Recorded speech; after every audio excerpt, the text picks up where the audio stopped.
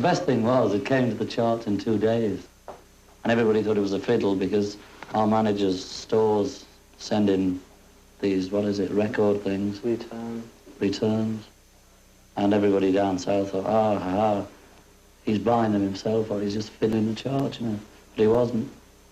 Actually, we've been at it a long time before that. We've been to Hamburg. I think that's where we found our style. We developed our style because of this fellow there. He used to say, you've got to make a show for the people.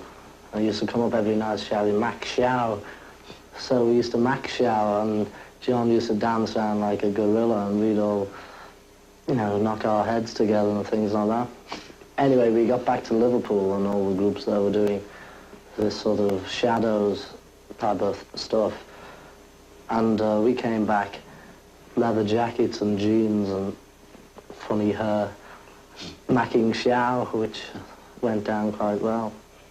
We just bought leather jackets, not for the group. One person bought one, I can't remember, and then we all liked them, so it ended up we're all on stage with them.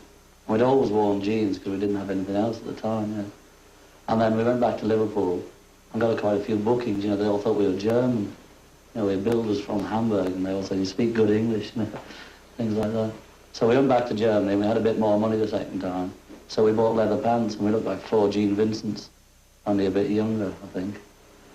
And that was it, you know, and we just kept those, the leather gear, till Brian came along. It was a bit sort of old hat anyway, all wearing leather gear. And we decided we didn't want to look sort of ridiculous, just going on, because more often than not, sort of too many people would laugh. It was just stupid. We didn't want to sort of appear as a gang of idiots. And Brian suggested that we just sort of wore ordinary suits. So we just got what we thought were quite good suits and just got rid of the leather gear.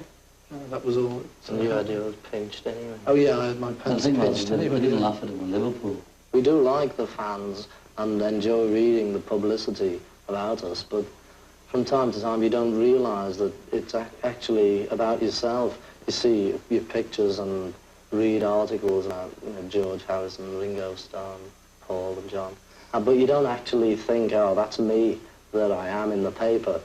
It's funny, it's just as though it's a different person. When we go home, you know, we go in early in the morning when we finish the job, and the kids, you know, they don't know you at home. But if they find out, well, where I live, they get the drums out, you know, and beat it out, because it's a play street, and, you know, there's no traffic or nothing bothering them. And once, when the boys came for me, they popped in to see me mum and my dad, you know. We had to go out the back because, you know, there's 20 or 30 outside. And they wouldn't believe me, mother, you know, they'd knock in saying, can we have their autographs? So it built up, you know, so much. There was about 200 kids all around the door, and there was peeping through the window and knocking, you know. In the end, my mother was ill, you know, she was terrified out of her life, just all these kids and boys and girls and that, you know. They send us a lot of jelly babies and chocolates and things like that, because somebody wrote in one of the papers about presents and things that we had given to us, and John said he got some jelly babies, and I ate them. But ever since that, we've been inundated. We had about 2 ton a night. But the main trouble is they tend to throw them at us when we're on stage. And once I got one in my eye, which wasn't very nice. In fact, I've never been the same since. It all sounds complaining, you know, we're not. We're just putting the point, is that, you know, it affects your home more than it does yourself, you know, because you know what to expect. But your parents and your family, you know, they don't know what's happening. How long are you going to last? Well, you can't say, you know. You can be big-headed and say, yeah, we're going to last 10 years. But as soon as you've said that, you think, you know, we're lucky if we last 3 months, you know. Well, obviously we can't keep playing the same sort of music until we're about 40, because when we're sort of old men playing From Me to You, nobody's going to want to know it's all about that sort of thing. So, you know, we've thought about it, and probably the thing that John and I will do will be write songs, as we have been doing as a sort of sideline now. We'll probably develop that a bit more, we hope. Who knows, at 40 we may not know how to write songs anymore. I hope to have enough money to go into a business of my own by the time we do flop. And, I mean, we don't know, it may be next week, it may be 2 or 3 years, but I think we'll be in the business, either up there or down there, for at least another 4 years.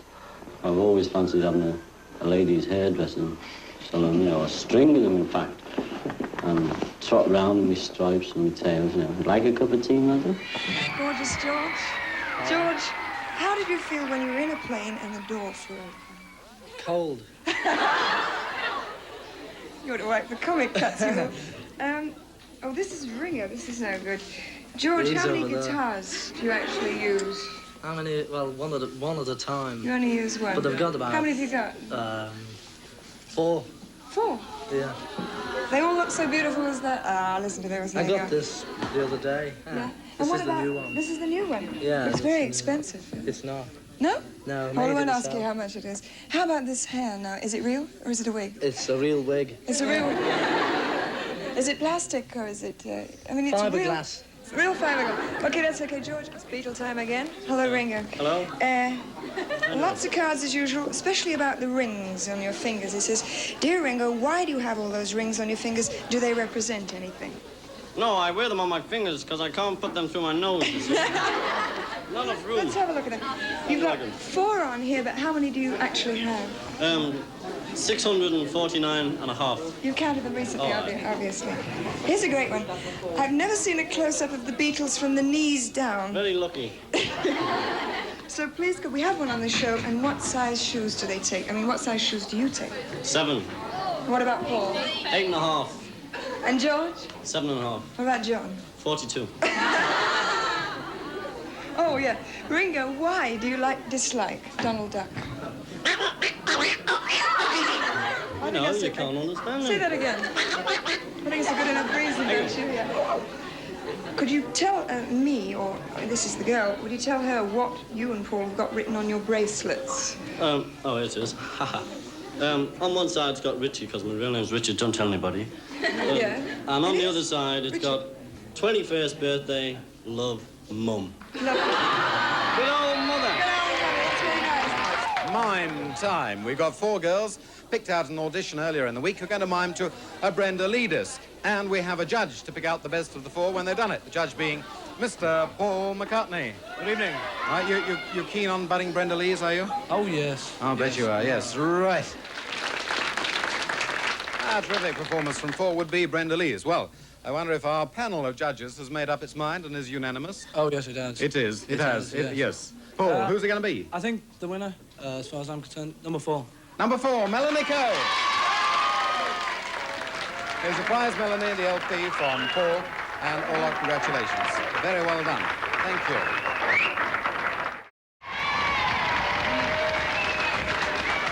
Hello, Paul.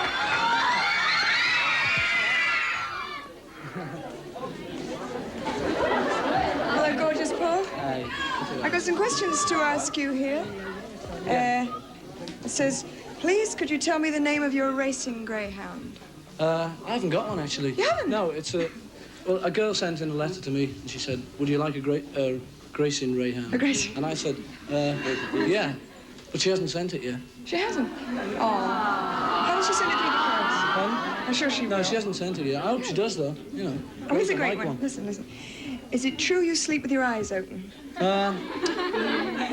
Well, you know, I haven't seen myself do it, but actually, the fellas say that I do. They do? You know, they've sort of seen me You have? sleeping with my eyes open. I haven't They seen really it, have? Joe. How can you do that? I don't know, you know, it's just sort of half Just open. clever. Just brilliant, Paul. That's Yeah. what it is. Please ask Paul if he plucks his well-shaped eyebrows. I think he... Do you? No. You know, and it doesn't look so... No, they're perfectly I don't. natural girls. No, They're absolutely beautiful. Paul, do you mind girls screaming all through your act?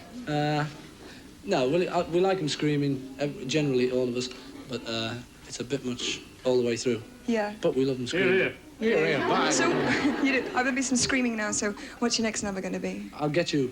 You will?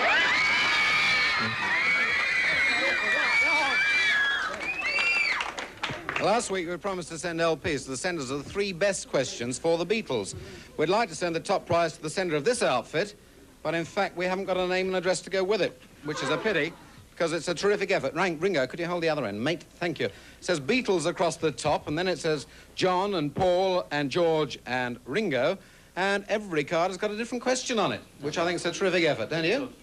However, we have got the name of Jennifer Fortnum of Eghamswood Road, Beaconsfield, who would like to know.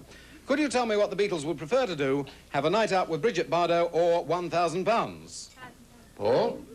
A night out with Bridget. John? £1,000. Ringo? Bridget. George? Both, please. Both? I'm not surprised. You got the right idea. You could teach these other guys something. Another question. He's older than you. From Celia Johnson of Stanley Avenue, Wembley. Could you ask the Beatles their views on dialectic materialism? Paul? What? Ringo? What's that? George? Yes, I enjoy it. You enjoy it. John? Well, I've been thinking about this one. The 19th century political theories, Marx and Hegel, involved a theory that the head-on clash conflicting ideologies produced a state of temporary equilibrium until threatened by the next stage in political thought. In my opinion, the ultimate validity still has to be tested. Yeah.